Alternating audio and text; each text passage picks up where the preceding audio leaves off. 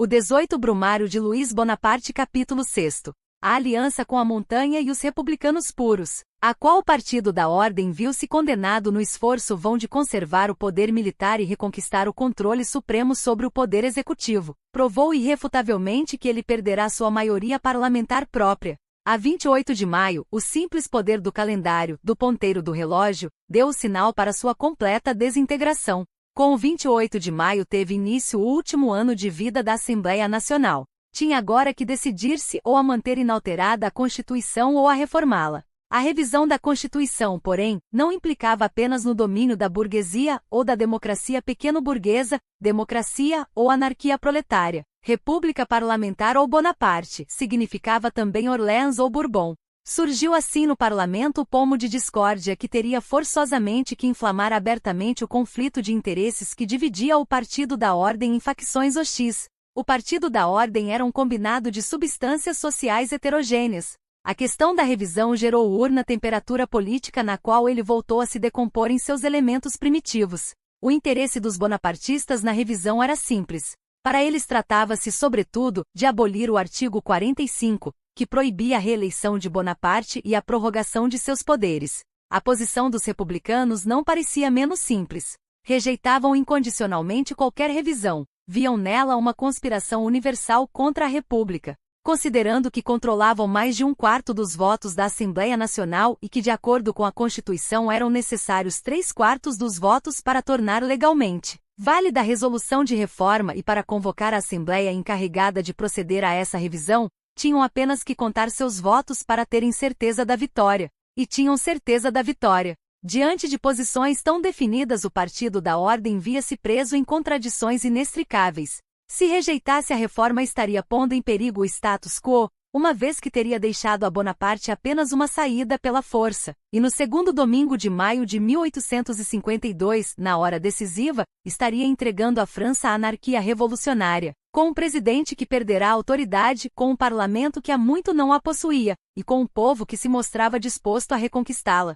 Se votasse a favor da reforma constitucional, sabia que votava em vão e que teria forçosamente que fracassar inconstitucionalmente. Se declarasse válida a simples maioria de votos, só poderia então esperar dominar a revolução submetendo-se incondicionalmente a poder executivo, o que tornaria Bonaparte dono da Constituição, da reforma e do próprio partido. Uma reforma apenas parcial, que prorrogasse a autoridade do presidente, prepararia o caminho para a usurpação imperial. Uma revisão geral que encurtasse a vida da República lançaria as pretensões dinásticas em inevitável conflito, pois as condições de restauração dos Bourbons e dos Orleanistas eram não só diferentes, como se excluíam mutuamente. A República Parlamentar era mais do que o campo neutro no qual as duas facções da burguesia francesa, os legitimistas e orleanistas, a grande propriedade territorial e a indústria podiam viver lado a lado com igualdade de direitos. Era a condição inevitável para seu domínio em comum, a única forma de governo no qual seu interesse geral de classe podia submeter ao mesmo tempo tanto as reivindicações de suas diferentes facções como as demais classes da sociedade.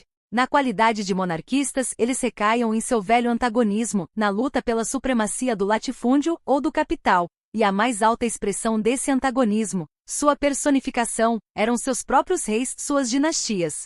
Daí a resistência do Partido da Ordem à volta dos Bourbons.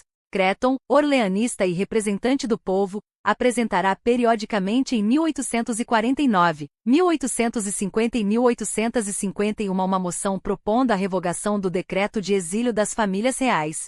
Com a mesma regularidade, o parlamento fornecia o espetáculo de uma assembleia de monarquistas que obstinadamente impedia a passagem através da qual seus reis exilados podiam retornar à pátria.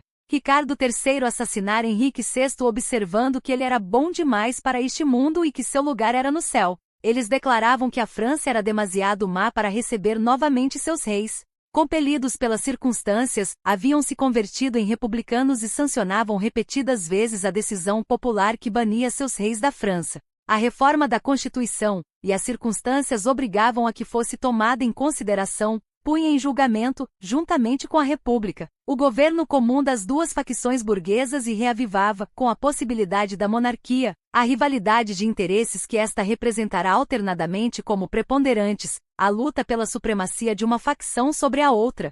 Os diplomatas do Partido da Ordem pensavam que podiam solucionar a contenda através do amálgama das duas dinastias, por meio de uma suposta fusão dos partidos monarquistas e de suas casas reais.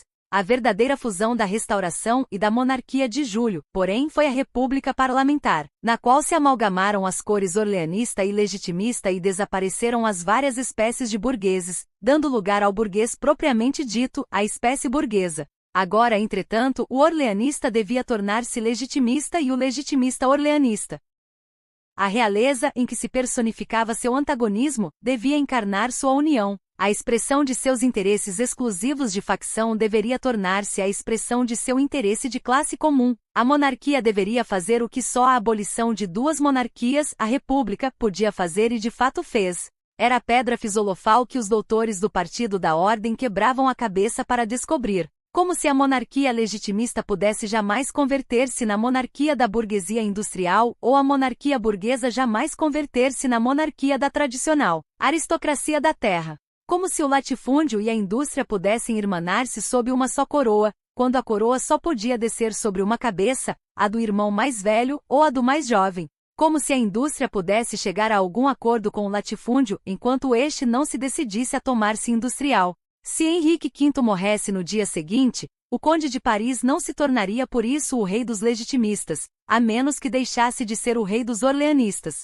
Os filósofos da fusão, entretanto, que se tornavam mais vociferantes à medida que a questão da reforma passava ao primeiro plano, que haviam feito da Assembleia Nacional seu diário oficial e que se acham novamente empenhados em seu trabalho mesmo neste momento, fevereiro de 1852, consideravam que toda a dificuldade provinha da oposição e rivalidade entre as duas dinastias.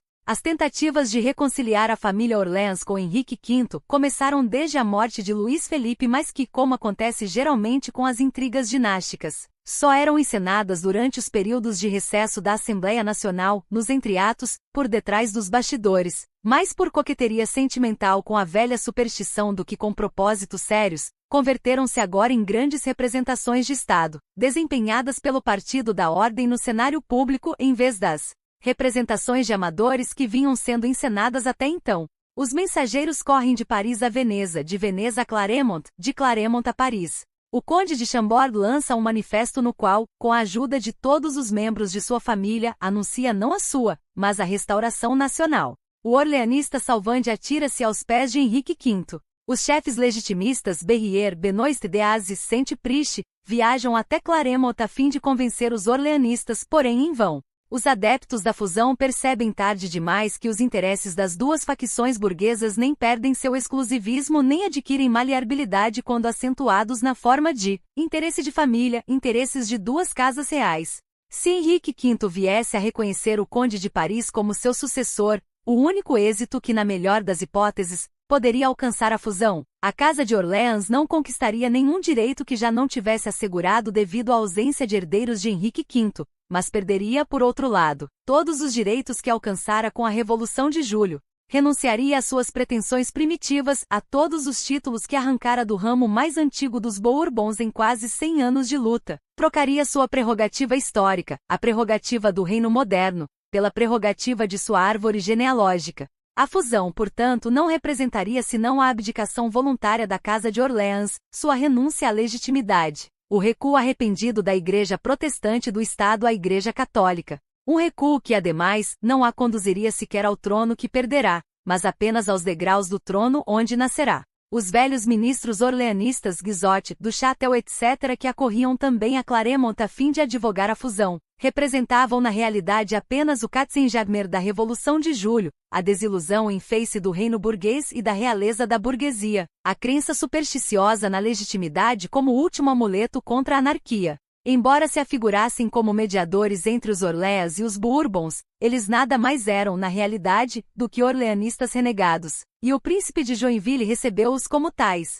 Por outro lado, a ala orleanista que tinha possibilidades de se desenvolver, seu setor belicoso, Thiers, Baz etc., convenceu com tanto maior facilidade a família de Luís Felipe de que se qualquer restauração diretamente monarquista pressupunha a fusão das duas dinastias e uma tal fusão pressupunha a abdicação da Casa de Orleans, estava, pelo contrário, perfeitamente de acordo com a tradição de seus antepassados reconhecer no momento a República e esperar até que os acontecimentos permitissem converter em trono a cadeira presidencial. Circularam rumores sobre a candidatura de Joinville, aguçou-se a curiosidade do público e alguns meses mais tarde, em setembro, após a rejeição da reforma constitucional, sua candidatura foi publicamente proclamada. A tentativa de realizar uma fusão de orleanistas e legitimistas, portanto, não só fracassara como destruíra sua fusão parlamentar, sua forma comum republicana, e fragmentar o Partido da Ordem em seus elementos componentes. Mas quanto mais crescia a divergência entre Claremont e Veneza, quanto mais falhavam as possibilidades de acordo e a agitação de Joinville ganhava terreno, tanto mais vivas e intensas se tornavam as negociações entre o ministro bonapartista Faucher e os legitimistas.